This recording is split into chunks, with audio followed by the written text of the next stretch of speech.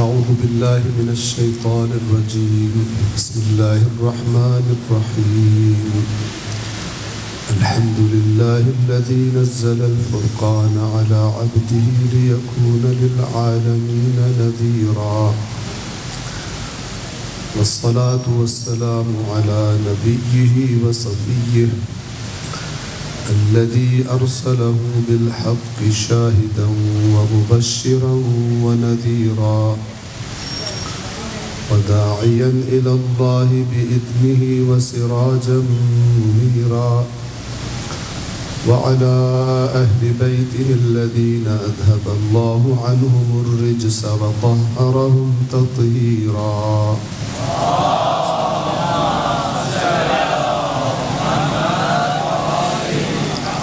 أما بعد فقد قال الله تعالى في القرآن الحكيم وهو أصدق القائلين: أعوذ بالله من الشيطان الرجيم. بسم الله الرحمن الرحيم. يا أيها الذين آمنوا اتقوا الله وابتغوا إليه الوسيلة وجاهدوا في سبيله لعلكم تفلحون. صدق الله العلي العظيم. صلوات پڑھیں محمد.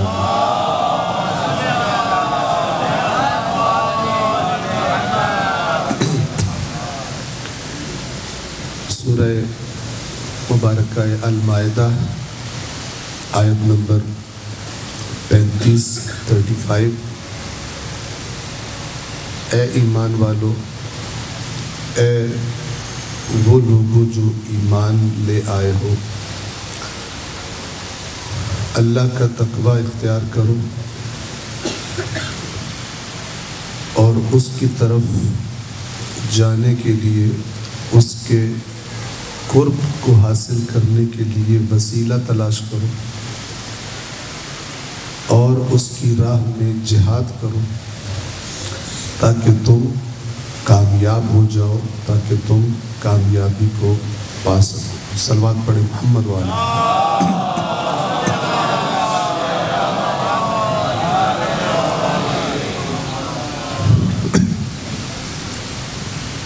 ہم بنیادی طور پر ان ایام عزا میں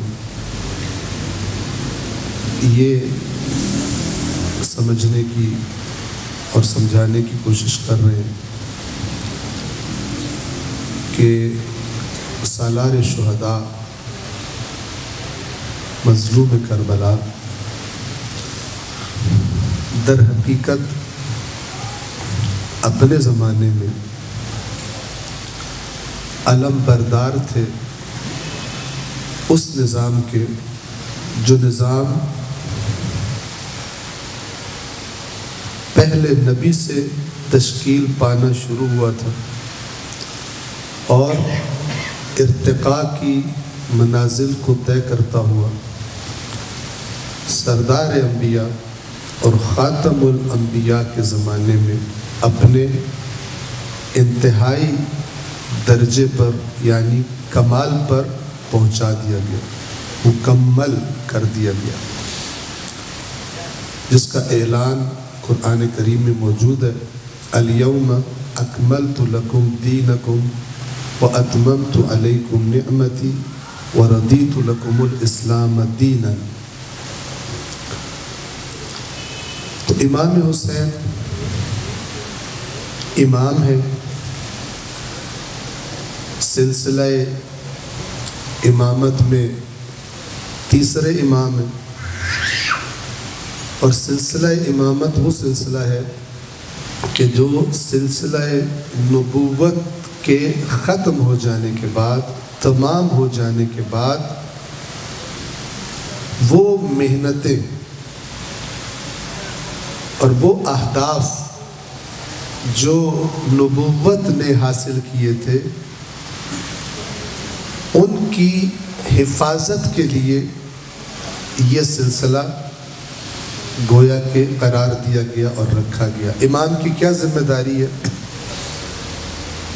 امام نبی نہیں ہے، امام رسول نہیں ہے، لیکن امام انبیاء اور مرسلین کی ہوئی محنت کا محافظ ہے۔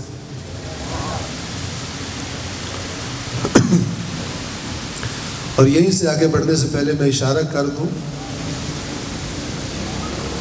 کہ جو اپنے آپ کو امام حسین کا عزادار کہتا ہے، اگر وہ عزاداری کی حقیقت پر غور کرے، معرفت امام حسین اسے حاصل ہو، امام حسین کی تحریک کی یاد کے لیے برپا کی جانے والی عزاداری کا بھی صحیح تصور اس کے ذہن میں موجود ہو، تو پھر عزادار کو اپنے آپ کو محافظ دین سمجھنا چاہیے اور محافظ دین ہونا چاہیے۔ عام مومن سے ایک درجہ اوپر کا ذمہ دار ہے عزادار جسے کہتے ہیں، چونکہ عزادار اپنے آپ کو کس سے منسوب کر رہا ہے؟ حفاظت دین کی خاطر سب کچھ قربان کر دینے والے امام حسین سے۔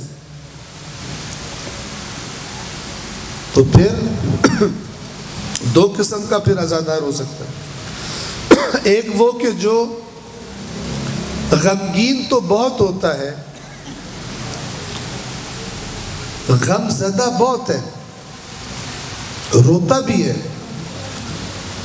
لیکن اس کی طرف اس کی کوئی توجہ نہیں ہے کہ یہ کربلا برپا ہوئی کیوں تھی اور امام حسین نے اپنے نانا کا شہر چھوڑا کیوں تھا، کیا حالات تھے، کیا فرما رہے تھے حسین، اسے غرض نہیں۔ اس کو کسی نے بس ایک حصہ بتایا ہے کہ تم ایک ایسی قوم ہو جن کو رونے کے لیے پیدا کیا گیا، بی بی نے دعا مانگی تھی، بس تم پیدا ہو، تم نے رونا ہے، نہ آگے کا پتہ نہ پیچھے کا پتہ۔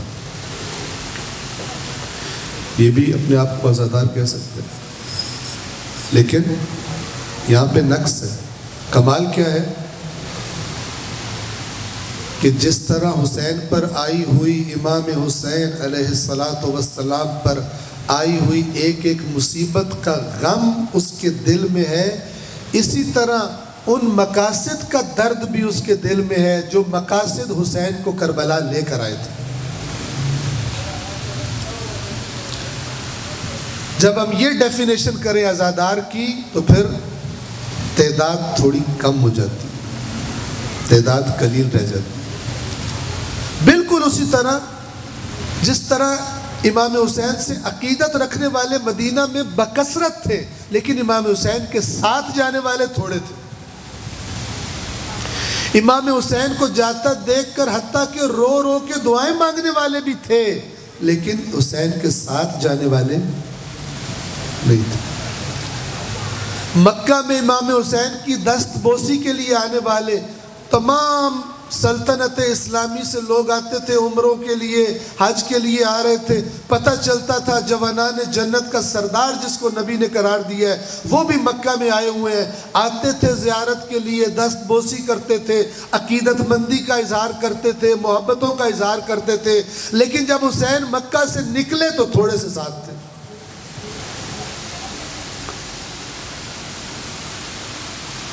اور جب حسین تھوڑے قریب ہوئے، شہادت جناب مسلم کی خبر آئی، تو اس کریم امام نے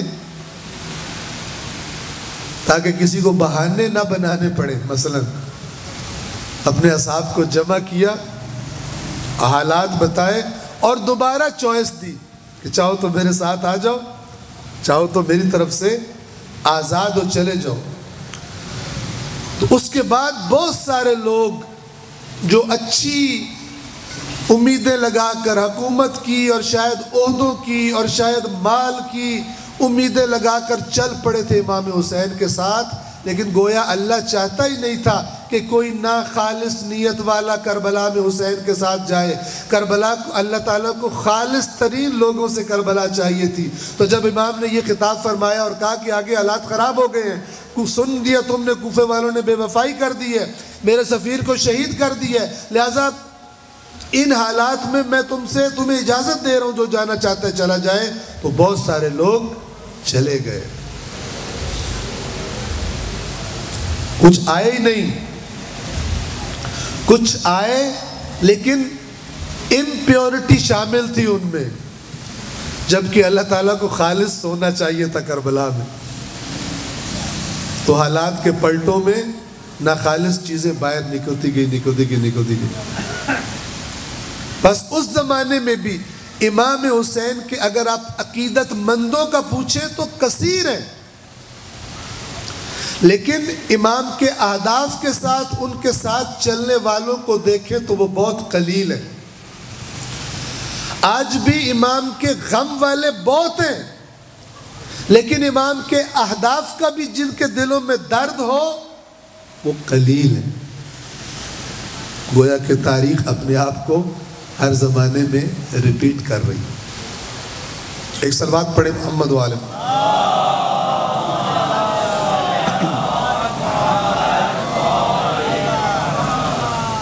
واپس آتے ہیں ہم نے عرض کیا کہ امام حسین اس نظام کی جو سرور کائنات کے زمانے میں کامل ہو گیا، اللہ نے اعلان کر دیا، اب اس نظام کو محافظ کی ضرورت ہے۔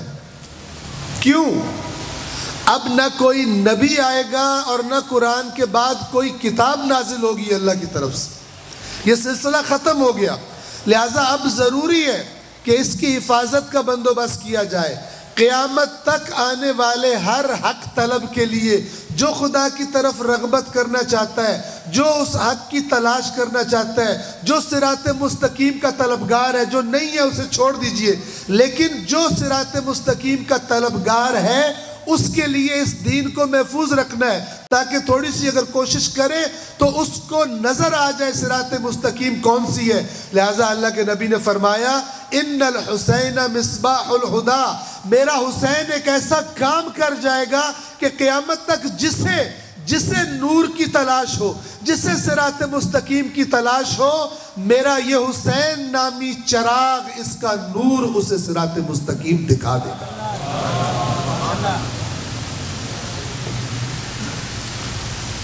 اور وہ صراط مستقیم صرف یہ نہیں ہے کہ ہم نے ان کے غم میں غمگین ہونا ہے،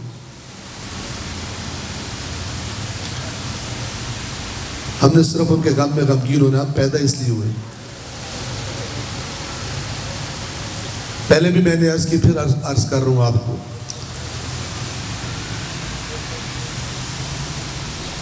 دین کے معاملے میں ذرا پرکھنے والے مزاج بنانے کی کوشش کریں، ورنہ بہت بڑے خطرے میں ہیں۔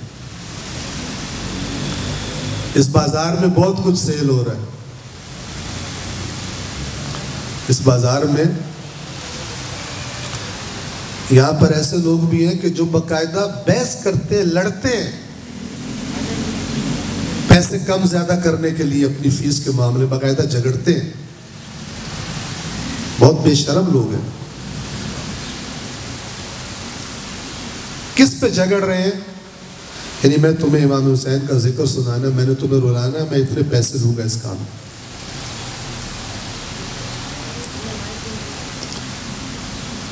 اس پاکستان میں ایسی جگہ بھی ہے جہاں منڈی لگتی ہے، پہلے گراؤنڈ پہ ہوتی تھی، اب آن لائن منڈی لگتی ہے، جہاں پہ دلال سودے کرا رہے ہوتے ہیں، باقاعدہ بحث کر رہے ہوتے ہیں۔ منڈیوں میں جائیں نا آپ، یہ مال میں نے اتنے خرید لیا، وہ کہتا ہے نہیں یہ ریٹ ہے، کہتا ہے کچھ کام کرو، کہتا ہے کچھ تو اوپر آ، کچھ میں نیچے آتا ہوں، چلو جی اوکے ہو گیا، تیرا یہ ہے۔ اس طرح منڈی لگتی ہے۔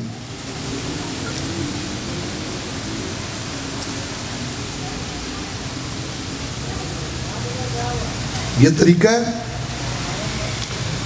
تو جو اس طرح منڈی میں بک کے آ رہا ہے اپنا آپ کو، وہ امام حسین کا ذکر، امام حسین جس نے دنیا کو ٹھوکر لگائی تھی، جو کچھ ان کے پاس تھا سب خدا کی راہ میں دے دیا تھا، ایک بکاؤ مال اس حسین کو ڈسکرائب کرے گا آپ کے سامنے، وہ کرے گا بھی تو وہ تحریف کر کے پیش کرے گا، چونکہ حقیقی حسین کا بیان کرنا خود اس کے منہ پہ لعنت پڑ جائے گی۔ جو خود بکاؤ مال ہے، وہ کس منہ سے آ کر کہے گا حسین نے دنیا کو ٹھوکر لگا دی؟ کوئی کھڑا ہو کے کہے، حسین نے بانی کھڑا ہو کے کہہ دے حسین نے ٹھوکر لگا دی، بے شرم آدمی، تو 50,000 روپیہ کم نہیں کر رہا تھا۔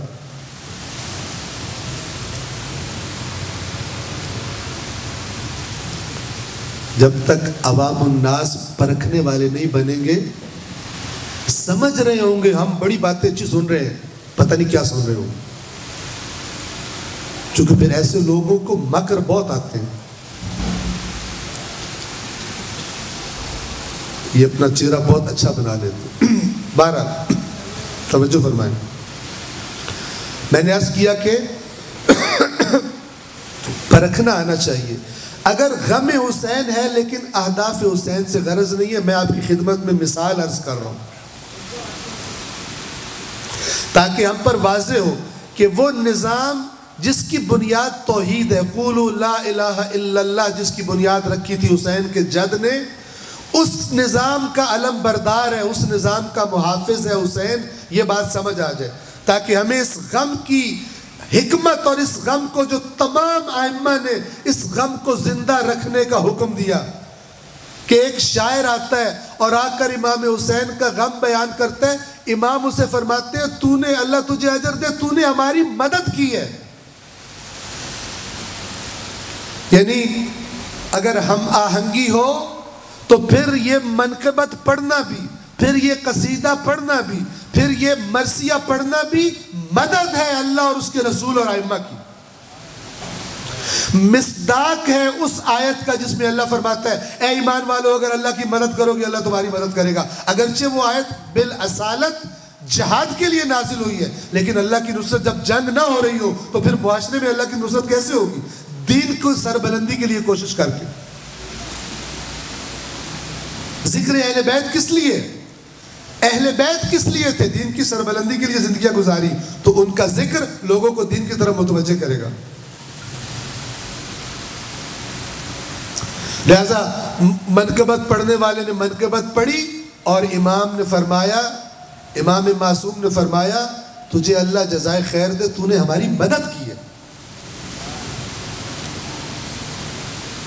یہ کلام لکھ کر، یہ کلام پڑھ کر، لیکن ظاہر یہ طبیعی ہو کہ جب کلام ایسا نہ ہو کہ جو امام کے امامت کے اہداف سے اجنبی ہو۔ اس کی مثال دینے لگا ہوں آپ کو، اس کو سمجھ لیں اچھی طرح سے۔ آپ خود انہی میں اللہ تعالیٰ ہمیں بھی آپ کو سب کو قرار دے جن کو میں نے عرض کیا تھا اللہ نے ہدایت پر ہونے کی خوشخبری دی ہے، جن کو اللہ نے صاحبان عقل کہا ہے، اور ان کی صفت کیا بتائی ہے؟ بات کو غور سے سنتے ہیں اور سب سے اچھی بات کا انتخاب کرتے ہیں فالو کرنے کے لیے، یعنی ہر بات کے پیچھے منہ اٹھا کے نہیں چل پڑتے۔ ان میں انہوں نے اپنی عقل کی تلوار کی دھار تیز رکھی ہوتی ہے، کند نہیں ہوتی، زنگ آلود نہیں ہوتی کہ سمجھ نہ سکے بات کیا ہو رہی ہے۔ ہم ایک لفظ بکثرت استعمال کرتے ہیں کہ جناب ہم نے مجلس میں جانا ہے، جناب سیدہ کو پرسہ دینا، اس کا کیا مطلب؟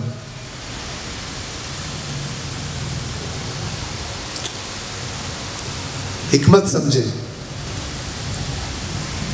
پرسے کا اگر ہم معاشرتی طور پر میننگ دیکھیں تو کیا ہے؟ اگر کسی ماں کا بیٹا دنیا سے چلا جائے تو لوگ اسے پرسہ دیتے جائیں۔ کیوں؟ ماں غمگین ہے، توجہ کریں، ماں غمگین ہے، ہم جا کے تسلی دیں گے، پرسہ دیں گے، اس کے غم میں شریک ہوں گے تو ان کے غم کا احساس کچھ کم ہو جائے گا۔ اسی لیے عزیز آتے ہیں، اقارب آتے ہیں، اہل محلہ آتے ہیں، سب آ کر تعزیت کرتے ہیں تاکہ غم جن پر وہ غم ٹوٹا ہے ان کا غم کم ہو جائے، اسی کو پرسہ کہتے ہیں۔ اب میری بات توجہ سے سنیں، آیا اس وقت جناب زہرا، امام حسین، بی بی زینب، علی اکبر، علی اصغر، شہزادہ قاسم، اون محمد، یہ سب اکٹھے نہیں ہیں اللہ کی بارگاہ میں؟ ہے یا نہیں ہے؟ آیا اللہ تبارک و تعالیٰ نے جس کی گواہی اس کا قرآن دے رہا ہے، اللہ تبارک و تعالیٰ نے بے شمار بے انتہا نعمتیں انہیں عطا کی ہے یا نہیں کی؟ پھر غم کس بات کا؟ سمجھیے گا، شہداء کے بارے میں قرآن کیا گواہی دیتا ہے؟ چھوڑ دیں خوابوں کو اور سٹوریوں کو اور چیزوں کو، سب سے پہلے دیکھیں اللہ کی کتاب کیا کہتی شہداء کے بارے میں. اور یہ تو شہداء کے سروں کا تاج ہے، یہ تو شہداء کے سردار ہیں. شہداء کے بارے میں اللہ کی کتاب کیا کہتی ہے؟ وَلَا تَحْسَبَنَّ، عربی زبان میں شدید تاکید سے منع کیا جا رہا ہے، ہرگز ہرگز سوچنا بھی مت، گمان بھی مت کرنا، الذین قتلوا فی سبیل اللہ اموات، کہ جن کو اللہ کے راستے میں قتل کر دیا گیا مر گئے. یہ آیات اتری کب ہے؟ رسول اللہ کے زمانے میں، جب منافق مومنوں کو ڈراتے تھے دشمن زیادہ تعداد میں ہے، ان سے مقابلے پہ جانا جو تمہیں یہ رسول بلا رہے ہیں، یعنی خودکشی، مر جاؤ گے، جب تم ہی نہیں رہو گے ختم، ہر چیز چلی جائے گی.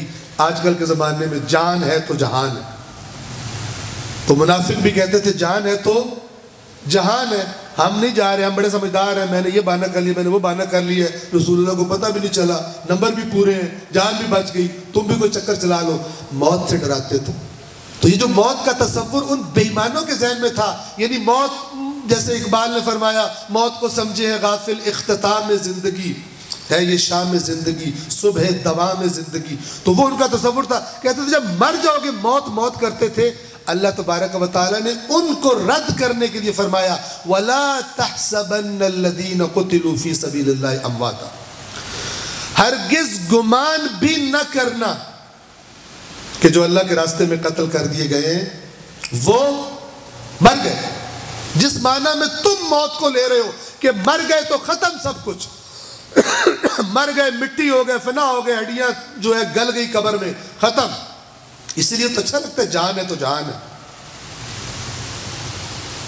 جان ہے تو جہان نہیں ہے، جب جان نکلے گی اصلی جہان تب سامنے آئے گا، اچھا یا برا اپنے اعمال کے نتیجے میں. یہ جہان تو ہے ہی عارضی. انہیں مردہ مت سمجھنا، بل احیاء، بلکہ زندہ ہے. آپ کے خیال میں جو اللہ کے دشمن تھے وہ مرنے کے بعد زندہ نہیں ہے؟ توجہ فرمائے، زندہ نہیں ہے. ابو لہب زندہ نہیں ہے، فرعون کی قوم زندہ نہیں ہے. قرآن خود گواہی دے رہا ہے کہ مومن آل فرعون، جس کی پوری سورت اس کے نام پر ہے، سورہ مومن بھی کہتے ہیں، سورہ غافر بھی کہتے ہیں، اس میں جب اس نے اپنی قوم کو سمجھایا، فرعون کی جو کور ٹیم تھی اس میں شامل تھا، ایمان اس نے اپنا مخفی کیا ہوا تھا، فرعون کی چالوں کو کامیاب اوکے نہیں ہونے دیتا تھا، جو حضرت موسیٰ کے خلاف بڑے بڑے پلان ہوتے تھے. آخر اس نے کھل کے قوم کو دعوت دی، اور آخر میں اس نے، اللہ تعالیٰ اس کے بارے میں فرماتا ہے فَوَقَاهُ اللَّهُ سَيِّئَاتِ مَا مَكَرُوا، وہ جو مکر کر رہے تھے اس کی برائیوں سے اللہ نے اس مومن آل فرعون کو بچا لیا. فَوَقَاهُ اللَّهُ سَيِّئَاتِ مَا مَكَرُوا وَحَاقَ بِآلِ فِرْعَوْنَ سُوءُ الْعَذَابِ، اور بدترین عذاب نے آل فرعون کو آ لیا. وہ بدترین عذاب کیا تھا؟ مر گئے، دریا میں غرق ہو کے مر گئے. قرآن کیا کہتا ہے؟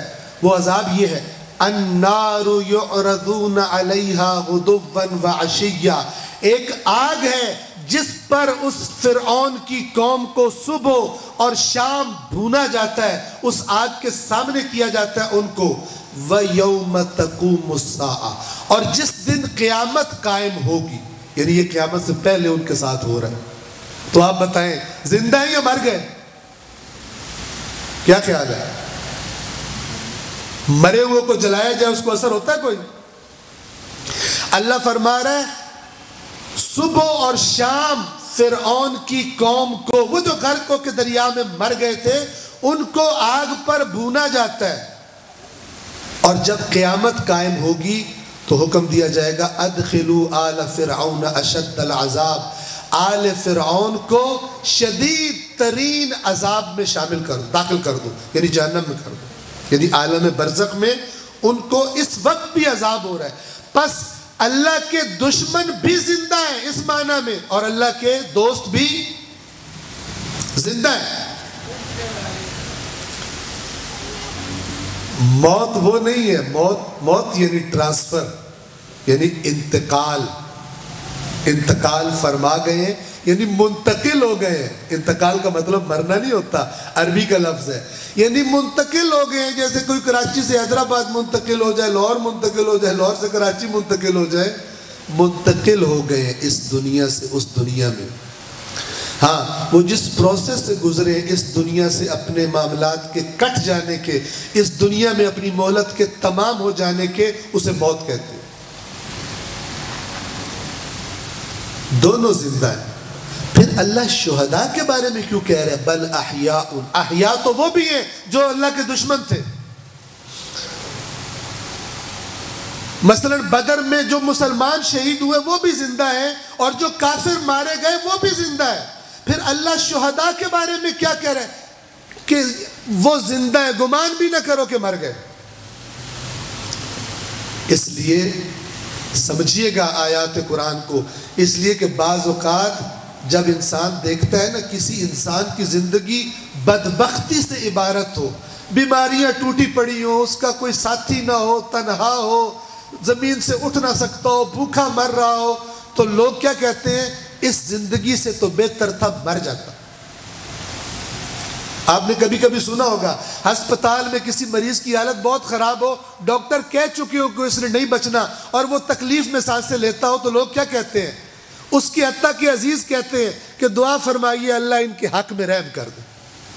یہ نہیں کہہ رہے ہوتے کہ اللہ ان کو موت دے دے، ذرا پولائٹ جملہ بولتے ہیں، ڈائلیوٹ کر کے جملہ بولتے ہیں کہ دعا کیجیے اللہ رحم فرما دے۔ مراد یہ ہوتی ہے کہ اس نے بچنا تو ہے کوئی نہیں، اللہ موت دے۔ اسی طرح جہنم میں یا عالم برزخ میں خدا کے نافرمان کی جو زندگی ہے وہ موت سے بدتر ہے۔ موت سے تو ختم ہو جاتا ہے بندہ، ٹھیک ہے نا؟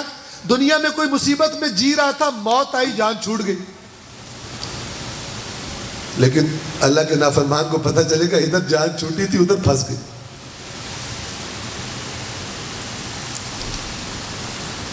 لیکن جب ہم کسی کی نعمتوں سے پر زندگی دیکھتے ہیں، ہر سہولت اس کے پاس موجود ہو، تو کہتے ہیں کہ یار زندگی تو یہ ہے، ہم تو بدبختی، ہم تمہاری کیا زندگی، ایسے کہتے ہیں کہ نہیں کہتے؟ حسرت سے کسی بعض اوقات لوگ کسی مالدار کو دیکھ کے جس کے پاس سب کچھ ہے کہتے ہیں یار زندگی تو یہ گزار ہے، ہم بدبختوں کی کون سی زندگی ہے، بائک پہ ساری عمر گزار دی، بس سائیکل پہ ساری عمر گزار دی۔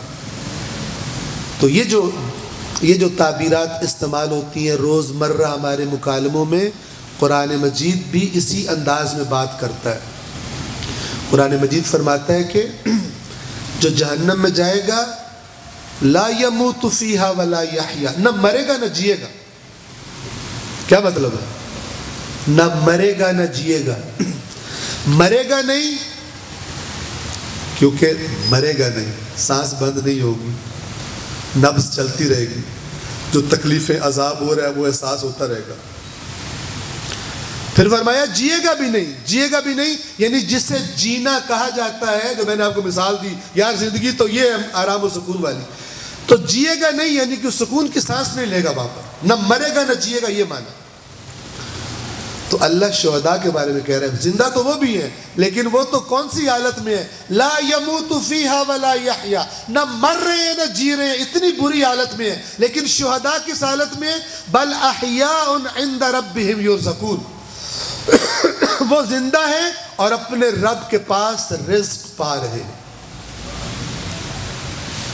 اصلی بات ذہن میں رہے، میں پرسے کا معنی آپ کو بتا رہا ہوں۔ جناب سیدہ کو پرسہ دینے کا معنی کیا ہے؟ آیا وہ ان کی اولاد امام حسن مجتبی، علی مرتضیٰ، امام حسین، رسول اللہ سے سارا خاندان اہل بیت دنیا میں یہ مصائب جھیلنے کے بعد آیا اللہ کی بارگاہ میں بہترین عہدوں پر درجوں پر فائز نہیں ہو چکے؟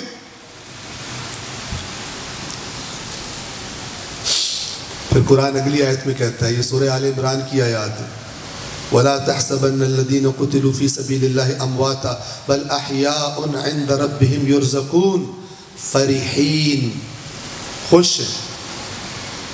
کیا ہے یہ فرحین کا لفظ؟ اردو میں کہتے ہیں نا فرحت، فرحین بما آتاہم اللہ من فضل، اللہ نے اپنے فضل سے جو اللہ کی بارگاہ میں احیاء عند ربہم یرزقون فرحین بما آتاہم اللہ من فضل، خوش ہیں وہ جو اللہ نے اپنے فضل سے انہیں عطا کیا ہے، وَيَسْتَبْشِرُونَ اور خوشخبریاں سنا رہے ہیں، کن کو؟ وَيَسْتَبْشِرُونَ بِالَّذِينَ لَمْ يَلْحَقُوا بِهِمْ مِنْ خَلْفِهِمْ، جو لوگ پیچھے رہ گئے ہیں، جو ابھی راستے پر انہی کے چل رہے ہیں لیکن ابھی تک شہادت انہیں نصیب نہیں ہوئی، وہ وادی اور ہے، اور ہی وادی ہے قرآن کی۔ ایسے نہیں فرمایا تھا شہد سے زیادہ میٹھی ہے، یہ سب باتیں جانتے تھے، فرمایا جو نہیں آئے ان کے راستے پہ چل رہے ہیں لیکن ابھی شہادت نہیں ملی، ان کو یہ شہداء جو کچھ اللہ نے ان کو دیا ہے خود تو خوش ہیں اس پر، پچھلوں کو بھی خوشخبریاں سنا رہے ہیں۔ کیا کہہ رہے ہیں؟ وَيَسْتَبْشِرُونَ بِالَّذِينَ لَمْ يَلْحَقُوا بِهِمْ مِنْ خَلْفِهِمْ، جو ابھی ان سے ملحق نہیں ہوئے پیچھے سے آ کر، ابھی دنیا میں ہی ہیں، ان کو خوشخبریاں دے رہے ہیں۔ کیا؟ اللہ خوف علیہم، کہ ہمیں نہ کوئی خوف ہے، ولا یحزنون اور نہ کوئی غم ہے یہاں پر ہمیں۔ اللہ خوف علیہم، نہ انہیں کوئی خوف ہے، ولا ہم یحزنون، نہ انہیں کوئی غم ہے وہاں پر۔ اچھا تو پھر پرسہ کس بات کا؟ اس اصل حکمت کو سمجھیے، شیعہ سنی کتب میں کہا گیا 3 دن سے زیادہ سوگ نہ کیا جائے،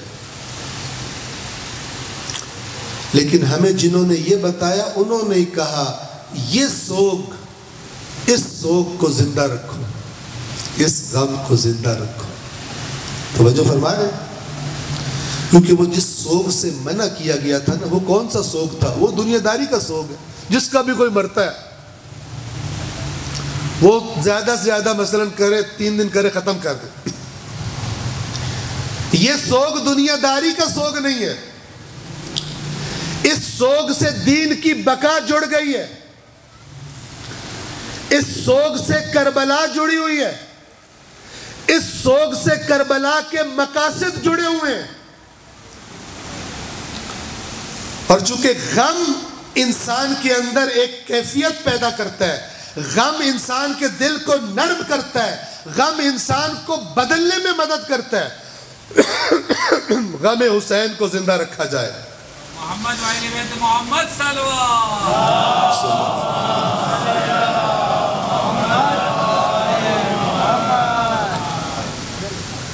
وہ جو کہا گیا کہ نہ مثلا چیخو پکار کرو، کس لیے کہا گیا؟ چونکہ جو عام لوگوں کے مرنے پہ چیخو پکار ہوتی کس لیے ہوتی ہے؟ کہ اس گویا ایک قسم کا اللہ کے فیصلے پر اعتراض ہو رہا ہوتا ہے، ان کو چیخو پکار کرے تو یا اللہ جوان تھا، ابھی اس کا کون سے جانے کا ٹائم تھا۔ بعض اوقات آپ نے ایسے ڈائیلاگ سنے ہوگے لوگوں کے منہ سے، یا اللہ اگر یہ بچہ لینا ہی تھا تو پھر دیا کیوں تھا، اس نے اپنی جوانی نہیں دیکھی۔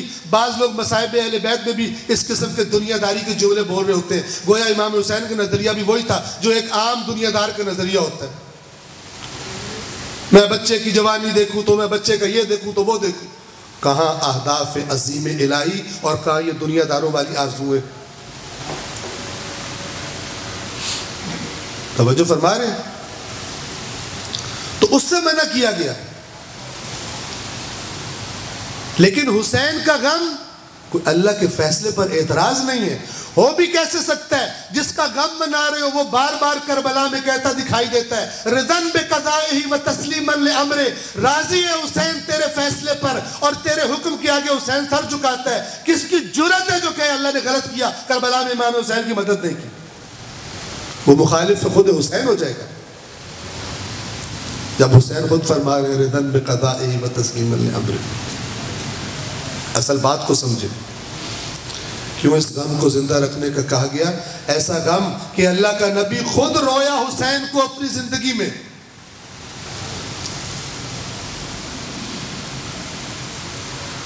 توجہ فرما رہے، ایک بار نہیں کئی بار روئے رسول اللہ، شیعہ سنی روایات میں۔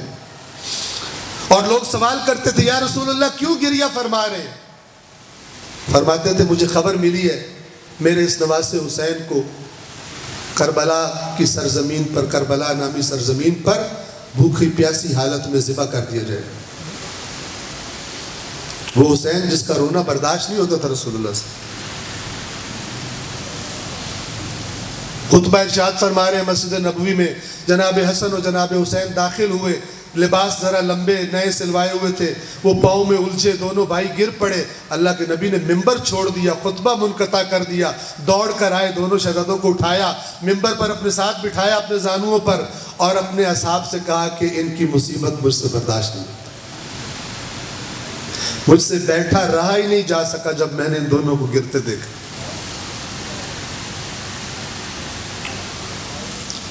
اس رسول کی امت ذبح کر رہی ہے امام حسین کو، زہر دے رہی ہے امام حسن مجتبیٰ کو۔ اس غم کی حکمت کو سمجھیں۔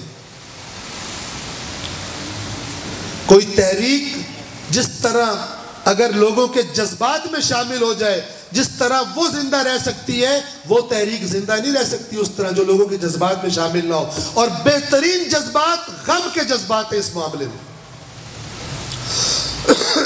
لہٰذا ہم کالے کپڑے پہنتے ہیں۔ ان کی بات نہیں کر رہا جو کالے کپڑے بھی بڑے فیشن والے سلوا کے پہنتے ہیں، اللہ ان کو ہدایت کرے، اور پہنتی ہیں۔ جو محرم کے لیے اسپیشل شاپنگ کرنے جاتے ہیں ان کی بات نہیں کر رہا، وہ کسی اور وادی میں گھوم رہے ہیں۔ نعوذ باللہ، بعض لوگوں کی حرکتیں دیکھ دیکھ کر بعض لوگوں نے کہا محرم فیسٹیول، بعض لوگوں نے اس کو کیا نام رکھ دیا؟ محرم فیسٹیول۔ ورنہ حالت کیا ہونی چاہیے؟ دیکھنے والے کو لگے کہ غم ہے اس کو، حالت بتائے غم میں، لوگ سوال کرے کیوں غمگین ہو؟ شارٹ سٹوری بتا رہا ہوں آپ، پھر سوال کرے کیوں غمگین ہو؟ جواب ملے جو رسول اللہ کو سب سے زیادہ پیارا تھا، ہمارے رسول کو، اس کو بھوکا پیاسا قتل کر دیا۔ پھر سوال ہے کیوں قتل کیا گیا؟ ایک بندہ کہے کیوں کا نہیں پتا، بس ہم نے فرصت دینا، اور دوسرا جواب دے جو دین جس کا نام اسلام ہے، جو ان کے نانا لے کر آئے تھے، اس دین کی حفاظت کی خاطر شہید ہو گئے۔ سننے والے کے دل میں کوئی چیز ہوگی تو پہنچ جائے گا کہ یہ کس لیے غمگین، یہ حکمت ہے اسلام کی۔ اور چونکہ اسلام میں خالص جڑ گیا ہے حسین ابن علی کے نام سے، تو جو حسین سے جڑے گا پھر وہ آسانی سے دین حقیقی کے ساتھ بھی جڑ جائے گا، کسی اور اسلام کے ورژن کی طرف نہیں جائے گا، چونکہ اسلام کے بہت سارے ورژن ہیں، بہت ساری شکلیں بنا دی گئی ہیں، اور ہر آواز لگانے والا کہتا ہے میں اصلی اسلام بیچ رہا ہوں، میری ریڑھی پر آؤ، میری شاپ پر آؤ، میرے سپر سٹور پر آؤ، ہمارے پاس اصلی اسلام موجود ہے۔ اس طرح ایک شہر ہے خوشاب، وہاں پہ ایک مٹھائی ملتی ہے، اسے ڈھوڈا بولتے ہیں، مشہور ہے بڑا، تو ادھر ایک ہی جگہ پر لمبی لائنیں دکانوں کے، سب پہ لکھا ہوا اصلی خوشاب کا ڈھوڈا۔ بندہ پاگل ہو جاتا ہے، اصلی خوشاب کا ڈھوڈا کون سا ہے؟ سارے ہی اصلی ہو تم۔ اسی طرح یہاں جتنے بھی اسلام کے ورژن ہیں سب کہہ رہے ہیں ہمارا اصلی ڈھوڈا ہے، باقی سارے جہنمی ہیں، ہمارا اصلی اسلام ہے۔ لیکن ہمیں اللہ کے نبی نے بتایا اصلی اسلام جاننا چاہتے ہو؟ انا من حسین، میں یعنی میرا دین حسین سے باقی رہے گا، دوسری جو چیزیں بیچ رہے ہو مت جانا، دیکھنا حسین نے کون سا اسلام بتایا ہے، تو وہ اصلی اسلام ہوگا۔ توجہ فرما رہے ہیں؟ یہ اس غم کو زندہ رکھنے کی اہل بیت اطہار نے اہتمام کیا۔ سب سے بڑھ کر کس کے غم کا اہتمام کیا اہل بیت اطہار، ائمہ اہل بیت نے؟ سید الشہداء کے غم کا اہتمام کیا، حکم دیا۔ خود پر کوئی مصیبت آتی تھی کسی امام پر، اپنے جد کو یاد کرتے تھے، حسین کو۔ امام حسن کو زہر دیا گیا، امام حسین آئے کمرے میں، حجرے میں آئے، بھائی کو دیکھ کر چند جملے بولے، امام حسن نے سنے تو کہا کہ حسین مجھ پر بھی مصیبت آئی ہے، لیکن جو دن آپ پر آئے گا وہ کسی پر نہیں آئے گا. لا یوم، کوئی دن نہیں کا یوم کا یا ابا عبداللہ، وہ دن جیسا آپ کا دن ہے، یعنی 10ویں محرم عاشورہ، وہ دن کسی نے نہیں دیکھا، وہ مصیبتیں کسی نے نہیں دیکھی. بس سمجھیے اس غم کو زندہ رکھنے کی حکمت لوگوں کے جذبات میں شامل ہو جائے.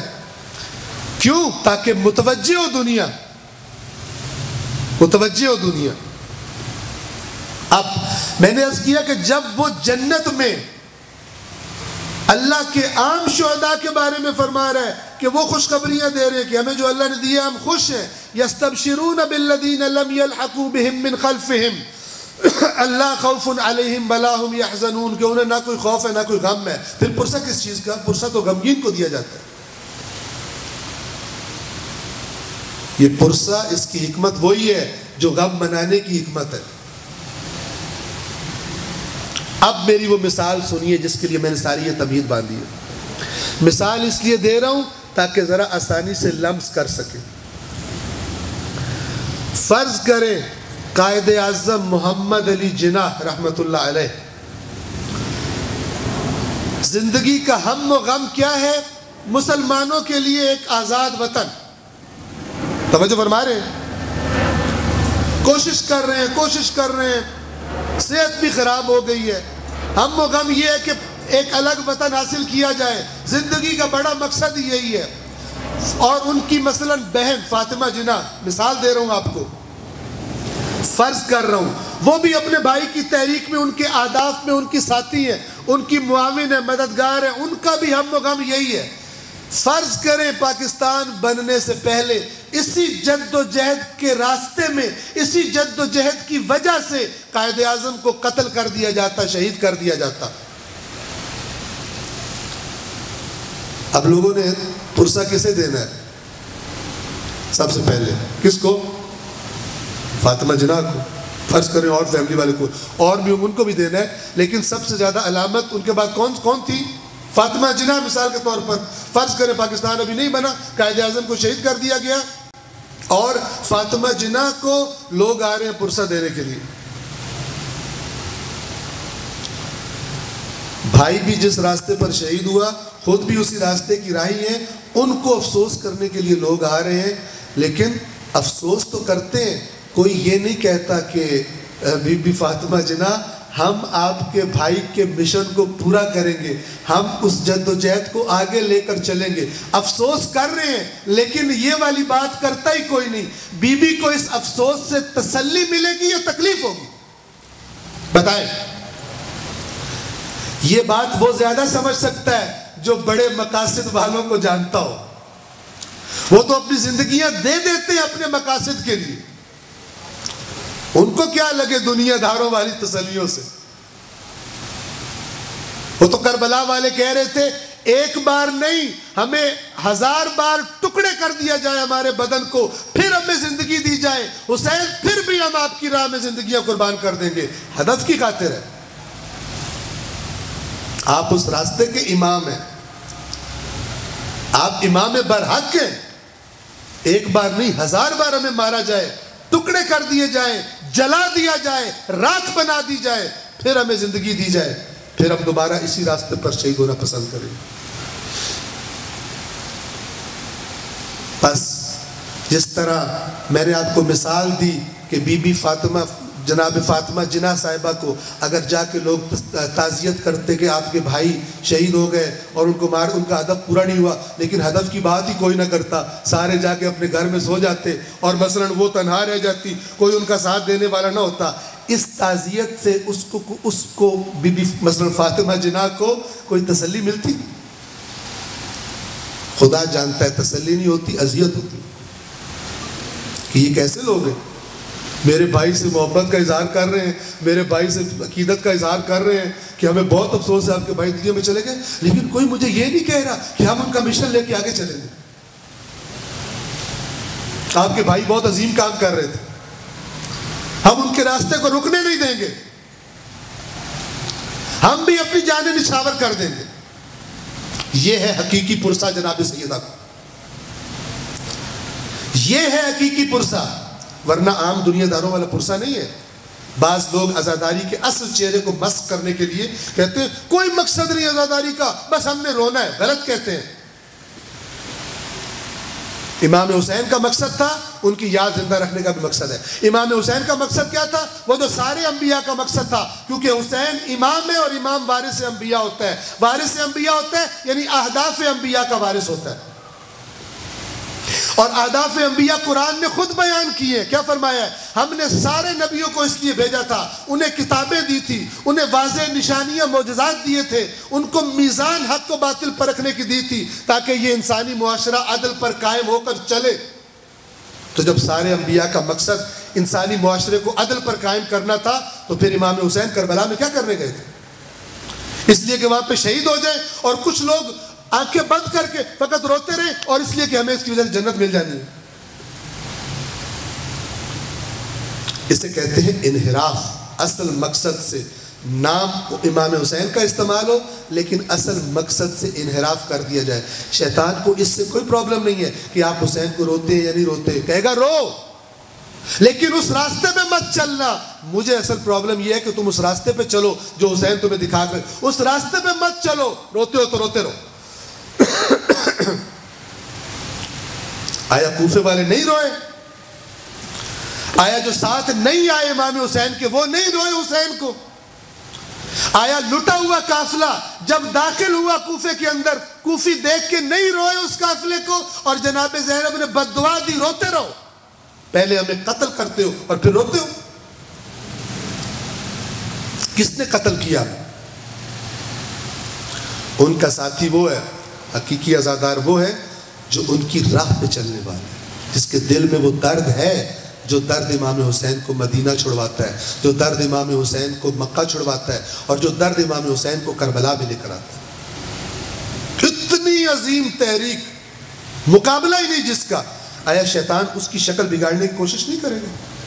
کرے گا، اور کرتا ہے اور کر رہا ہے۔ جس نے دیکھنا حسین کون ہے، اہداف حسین کون ہے، سب سے پہلے سب سے معتبر کتاب اللہ تبارک و تعالیٰ کی کتاب ہے۔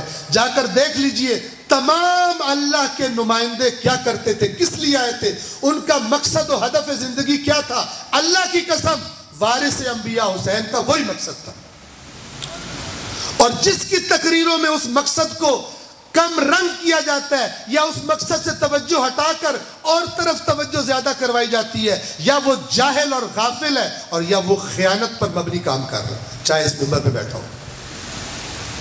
لہذا آنکھیں اور کان کھول کر اور عقل کے دیے اور چراغ جلا کر خطابات سنا کرے اور کتب پڑھا کرے۔ پہلے اللہ کی کتاب پڑھ لیں، پہلے کلام مولا کائنات نہج البلاغہ میں پڑھ لیں،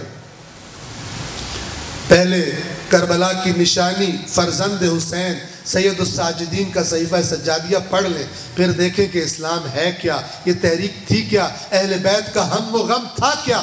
اس کے بعد دیکھیں کہ یہ عزاداری اس سے برپا کرنے کا حکم کیوں دیا گیا ہے، اس کے لیے اتنی تاکیدیں کیوں کی گئی ہیں۔ اگر وہ ہدف زندہ ہو، اللہ کی قسم کوئی بھی عاقل آدمی کبھی عزاداری پر کوئی اعتراض نہیں کر سکتا، لیکن اگر عزاداری کو اس کے ہدف سے ہٹا دیا جائے تو لوگ کہیں گے یہ کیا کرتے پھر رہے ہو؟ جن کاموں سے حسین نے روکا تھا تمہاری زندگی میں بھی وہی کام دکھائی دیتے ہیں، پھر کیوں حسین کا ماتم کر رہے ہو تم؟ اس عزاداری کا کیا مقصد ہے؟ کچھ لوگوں کا یہ مقصد ہے سارا سال جو دل نہ کرو پھر عزاداری کر کے گناہ معاف کروا لو۔ سبحان اللہ، بہت سمارٹ ہے، اور یہ سمارٹ بننے میں بہت سارے لوگوں نے ان کو ہیلپ بھی کر دیا۔ تمام کروں آج کی گفتگو کو، امام حسین علم بردار اور محافظ ہیں اس نظام کے جس کا نام نظام توحید ہے، جو اللہ تبارک و تعالیٰ کی وحدانیت پر، اس کی عبادت پر اور اس کی اطاعت کی بنیاد پر کھڑا ہے۔ اور حسین معمور ہے، رسول اللہ کے بعد علی مرتضیٰ معمور ہے، پھر امام حسن معمور ہے، پھر امام حسین معمور ہے، تمام ائمہ اہل بیت، اور ہر وہ دل جس کی دھڑکن میں نام حسین ہے، سوال ہی پیدا نہیں ہوتا وہ امام حسین کے اہداف سے اپنے آپ کو ڈسکنیکٹ کرے۔ جو ڈسکنیکٹ کرتا ہے اسے کوئی اپنی غرض ہے حسین کے ساتھ، اسے حسین کی غرض سے غرض نہیں۔ وہ حسین کا درد فیل نہیں کر رہا، کسی اپنے درد کا درمان کرنے کے در پہ ہے۔ اور یہ یاد رکھیں، اکثر ہم کہا کرتے ہیں اگر مکتب اہل بیت اصل اسلام ہے تو پھر کبھی بھول کے بھی نہ سوچئے گا کہ شیطان اس مکتب میں تحریف کے لیے کوشش نہ کرتا ہو۔ کوشش تو چھوڑ دیں، ضروری ہے اگر یہ اصل اسلام ہے تو پھر شیطان کا سب سے بڑا ٹارگٹ یہی مکتب ہے۔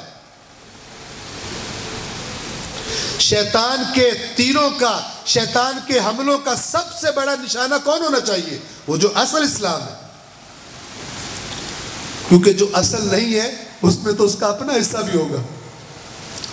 جو اصل دین نہیں ہے وہ کہاں سے آیا؟ اس میں تو اس نے خود اپنی بھی محنتیں شامل کی ہوگی، تبھی تو کوئی تحریفی چیز بنتی ہے۔ اگر مکتب اہل بیت اصل اسلام ہے تو پھر یاد رکھیں شیطان کا سارا ہم و غم اسے خراب کرنے پر ہوگا، چاہے اس پر باہر سے حملے ہوں اور چاہے اس پر اندر سے حملے ہوں، اور اندر کے حملے باہر کے حملوں سے زیادہ خطرناک ہوتے ہیں، کیونکہ اندر سے حملے کرنے والے مخلص بن کے حملے کرتے ہیں۔ قیامت کے دن، بس اب بات کو تمام کروں، بات طولانی ہو جاتی ہے، سورہ یاسین کے بعد ایک سورہ ہے سورہ صافات، جس میں وہ مشہور و معروف آیت ہے وَقِفُوهُمْ إِنَّهُمْ مَسْئُولُونَ، انہیں روکو، ان سے سوال کیا جائے گا۔ اس سے دو آیتیں چھوڑ کر اس قسم کے جو مخلص بن کے جنہوں نے بیڑا غرق کیا ہوگا، مخلص بن کے آئے، بظاہر مخلص بنتے تھے، کر بیڑا غرق دیا، غلط راستے پہ ڈال دیا، یہ غلط راستے پہ ڈل جانے والے ان سے کہیں گے، اللہ تعالیٰ قرآن میں فرماتا ہے قَالُوا وَأَقْبَلَ بَعْضُهُمْ عَلَى بَعْضٍ يَتَسَاءَلُونَ، ایک دوسرے کی طرف رخ کریں گے اور ایک دوسرے سے سوال کریں گے، پوچھ گچھ کریں گے، اور کیا کہیں گے؟ جو گمراہ ہو گئے تھے ان کو مخلص سمجھ کر خراب لوگوں کو کہیں گے قَالُوا إِنَّكُمْ كُنْتُمْ تَأْتُونَنَا عَنِ الْيَمِينَ، تم تو دائیں طرف سے آیا کرتے تھے۔ دائیں طرف عربی میں علامت ہے مخلص ہونے کی، دائیں بازو بائیں بازو سنا ہوا نا آپ نے، ملکوں بھی کہتے ہیں یہ رائٹ سے تعلق رکھتا ہے، یہ لیفٹ سے تعلق رکھتا ہے، یعنی یہ خلاف ہے۔ کنتم تأتوننا عن الیمین، تم تو دائیں طرف سے آتے تھے، یعنی مخلص بن کے آتے تھے، بیڑا غرق کر دیا ہمارا تم نے۔ وہ آگے سے جواب دیں گے تم خود بھی دو نمبر تھے، اچھی باتیں کرنے والے بھی تھے، ادھر تمہارا دل نہیں جاتا، تم بھی پیکج کے چکر میں تھے، تم بھی ذمہ داری لینے کے چکر میں نہیں تھے، تم بھی کہتے بس جنت ملے، اس سے زیادہ ٹینشن نہیں لینی ہم نے۔ قالوا بل لم تكونوا مؤمنین، تم بھی صحیح مومن نہیں تھے۔ وما كان لنا عليكم من سلطان، ہم نے زبردستی گن پوائنٹ پہ تھوڑی تم سے کہا تھا کہ ادھر آؤ، ہمیں تم پہ کوئی تسلط نہیں تھا، بل کنتم مجرمین، قوما مجرمین، تم خود اللہ کے نافرمان اور جرائم کی طرف مائل تھے، اسی لیے ان اصلی مقاصد کی طرف جانے کا تمہارا بھی دل نہیں کرتا تھا، تم بھی کہتے تھے موج مستی بھی کر لو اور ادھر سے جنت بھی کما لو، تبھی تمہیں ہماری باتیں اچھی لگتی تھی۔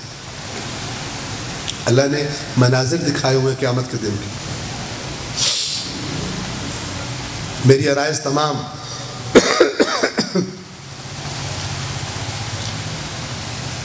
اگر اہداف رسالت لوگوں کو یاد ہوتے تو ان کو یہ بھی یاد رہتا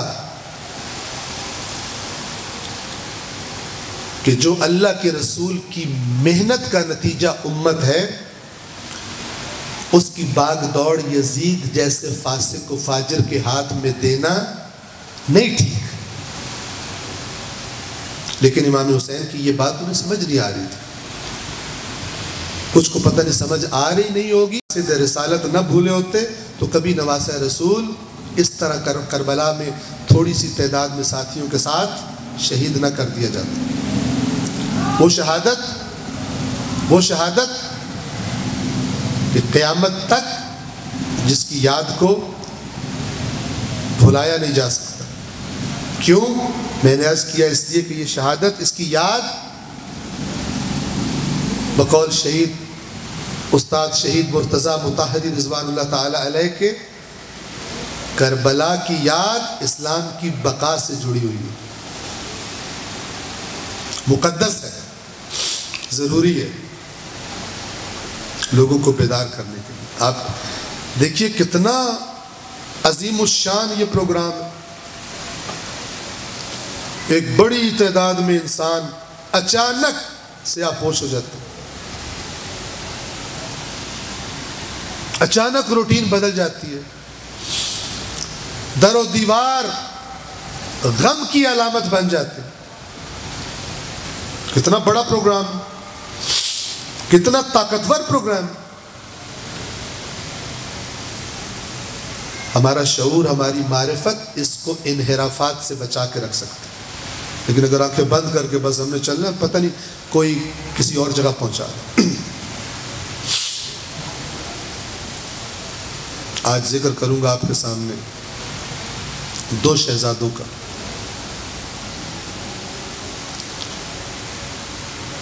دو شہزادے جناب زہرا کے بھی تھے اور دو شہزادے زہرا کی بیٹی بی بی زینب عالیہ کے بھی تھے۔ ایک کا نام جناب عون اور دوسرے کا نام جناب محمد۔ داستان کربلا کا آغاز ہو رہا ہے۔ ایک دن علی کی بیٹی کو پتہ چلتا ہے کہ میرا بھائی حسین اپنے نانا کے مدینے کو چھوڑنے کا ارادہ کر رہا ہے، سفر کا ارادہ کر رہا ہے۔ بھائی کے پاس آتی ہیں، بھیا حسین آپ مدینہ چھوڑ کر سفر کر رہے ہیں، آپ کو پتہ نہیں آپ کی بہن زینب آپ کے بغیر نہیں رہ سکتی، اس سفر میں اپنی بہن زینب کو بھی ساتھ لے جائیے۔ احکام شریعت کا محافظ امام اپنی اس عظیم بہن سے فرماتا ہے، بہن زینب ضرور ساتھ آ جائیے گا، لیکن پہلے اپنے شوہر سے سفر کی اجازت لے لیجیے۔ آپ کے شوہر عبداللہ ہیں۔ عزادار و علی کی بیٹی خدا جانے کیا کیا سوچتی ہوئی اپنے گھر کی طرف واپس چلی۔ گھر میں داخل ہوئی، جناب عبداللہ بیمار ہیں، بستر پر دراز ہیں، آنکھیں بند ہیں، جا کر اپنے شوہر کے سرہانے بیٹھ گئی، کوئی لفظ نہیں نکالا منہ سے۔ بی بی زینب کی آنکھوں سے آنسو گر کر جناب عبداللہ کے چہرے پر آئے۔ عبداللہ نے آنکھیں کھولی، دیکھا علی کی بیٹی کی آنکھوں میں آنسو ہیں۔ سوال کیا، علی کی بیٹی کس چیز نے آپ کو رلایا ہے؟ بی بی زینب فرماتی ہیں، عبداللہ جب سے آپ کے گھر میں آئی ہوں میں نے آپ سے کبھی کوئی تقاضا نہیں کیا، کوئی سوال نہیں کیا، لیکن آج آپ سے ایک تقاضا کرنے لگی ہوں۔ فرمائیے بی بی کیا تقاضا ہے؟ میرا بھائی حسین مدینہ چھوڑ کر کربلا جا رہا ہے، اور آپ جانتے ہیں کہ زینب حسین کے بغیر نہیں رہ سکتی۔ آپ سے اجازت چاہتی ہوں، مجھے اجازت دیجئے میں اس سفر پر اپنے بھائی حسین کے ساتھ چلی جاؤں۔ جناب عبداللہ نے عزاداروں اجازت دے دی، نہ صرف اجازت دے دی بلکہ یہ بھی فرمایا، بعض روایات میں ہے کہ اسی وقت، بعض میں ہے کہ بعد میں مکہ میں ملحق ہوئے، اپنے دونوں شہزادوں کو بھی قافلے کے ساتھ کر دیا، اون و محمد کو، اور اپنی زوجہ سے فرمایا، بی بی زینب اگر راستے میں کہیں مولا حسین پر کڑا وقت آ جائے تو میرے ان دونوں بچوں کو حسین پر قربان کر دینا۔ عزاداروں وقت گزرتا رہا، عاشور کی شب آ گئی، رات کا اندھیرا ہے۔ امام حسین خیموں کا جائزہ، حالات کا جائزہ لینے کے لیے نکلے کہ کون سے خیمے میں کیا باتیں ہو رہی ہیں، کیا گفتگو ہو رہی ہے۔ چلتے چلتے اپنی بہن زینب کے خیمے کے پاس آئے۔ اب جو اندر جھانک کر دیکھا، علی کی بیٹی اپنے دونوں بیٹوں کو، شہزادوں کو کربلا کی ریت پر بٹھا کر ان کو نصیحتیں کر رہی ہے۔ اے میرے بچے اون، اے میرے بچے محمد، کل جب جہاد کا وقت آئے اپنی ماں زینب کو حسین کے سامنے شرمندہ مت ہونے دینا۔ کل جا کر حسین سے، میرے بھائی سے اذن جہاد طلب کرنا۔ طریقہ سکھا رہی ہیں، ہو سکتا ہے میری طرف دیکھ کر تمہیں عبداللہ کی امانتیں سمجھ کر میرا بھائی تمہیں جہاد کی اجازت نہ دے، تو پھر ایک کام کرنا، اگر جہاد کی اجازت نہ مل رہی ہو نا تو پھر میرے بھائی حسین کو ایک واسطہ دینا، حسین سے کہنا آقا آپ کو اپنی ماں زہرا کا واسطہ ہمیں اذن جہاد دے دیجئے، یہ ایسا واسطہ ہے جو میرا بھائی حسین ٹال نہ سکے گا اور تمہیں اذن جہاد دے دے گا۔ ہاں عزادارو، سورج عاشورہ کا طلوع ہوا، قربانیوں کا سلسلہ شروع ہوا، پہلے اصحاب حسین نے وعدے وفا کیے، اس کے بعد ہاشمی خاندان کی باری آئی، ایک ایک کر کے میدان میں جا رہے ہیں۔ پھر وہ وقت آیا جب یہ دونوں بچے بھی امام حسین کی خدمت میں حاضر ہوئے، اذن جہاد طلب کیا، خدا جانے کیسے لیکن حسین نے اذن جہاد دے دیا۔ یہ دونوں شہزادے لشکر لعینوں پر جھپٹے، ایک نے میمنہ پر ایک بھائی نے حملہ کیا، دوسرے نے میسرے پر حملہ کیا۔ ہاشمی خون شجاعت کے جوہر دکھا رہا ہے لیکن زخموں پر زخم آ رہے ہیں، لعینوں کے حملے جاری ہیں کہ ایک دفعہ کربلا میں ایک بھائی کی آواز گونجی، دوسرے بھائی کو پکار کر کہتا ہے بھیا ذرا میری خبر لینا، میں گھوڑے سے زمین پر گرتا ہوں۔ دوسرا بھائی دوڑ کر پہنچا، ایک اور لعین نے حملہ کیا، یہ بھائی بھی گھوڑے سے زمین پر گرا۔ اب حسین خیام میں رک نہ سکے، ان دونوں کے بدن پر پہنچے، ایک بھائی کو ایک ہاتھ سے اٹھایا، دوسرے بھائی کو میرے مظلوم حسین نے دوسرے ہاتھ سے اٹھایا، اور اب خیام کی طرف حسین چلے اس طرح کہ دونوں کے پاؤں کربلا کی ریت پر خط کھینچتے ہوئے چلے۔ عزادارو خیموں کے پاس پہنچے، ایک تبدیلی ہے، کون سی تبدیلی ہے؟ جو بھی شہید جس کی بھی لاش حسین اٹھا کر لاتے تھے نا، سب سے پہلے حسین کی بہن زینب استقبال کرتی تھی تاکہ بھائی کے غم میں شریک ہو، تاکہ بھائی کو تسلی دے، تاکہ بھائی کی دل جوئی کرے۔ لیکن حسین نے دیکھا کہ دونوں محمد کی لاشیں لے کر آیا ہوں لیکن بی بی زینب کہیں دکھائی نہیں دیتی۔ بیویوں سے سوال کیا میری بہن زینب کہاں ہے؟ جواب ملا اپنے خیمے میں ہے، جائیے میری بہن کو بلا کر لائیے، اپنے اون محمد کو دیکھ لے۔ بیویوں نے جناب زینب کے خیمے کا رخ کیا، اب جو خیمے کے اندر آئی تو کیا دیکھتی ہیں؟ علی کی بیٹی کا سر سجدے میں ہے، اللہ کا شکر ادا کر رہی ہے، پروردگار تیرا شکر تو نے میری قربانی کو قبول فرما لیا۔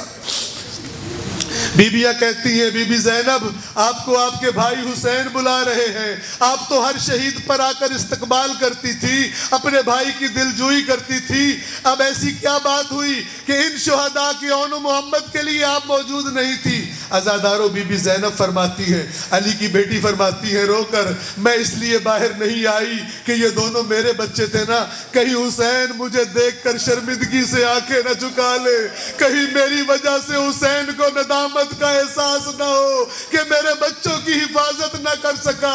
بی بی آپ کو بھائی حسین بلا رہے ہیں۔ بی بی باہر آئیں، بھائی حسین کو دیکھا، اپنے دونوں شہزادوں کی لاشوں کو دیکھا، دونوں لاشوں کو ایک طرف کیا، درمیان میں بیٹھی، ایک دفعہ پھر علی کی بیٹی نے سر سجدے میں جھکا دیا۔ اے خالق حسین، اے خالق کائنات، تیرا شکر ہے میں حسین کے سامنے شرمندہ نہیں۔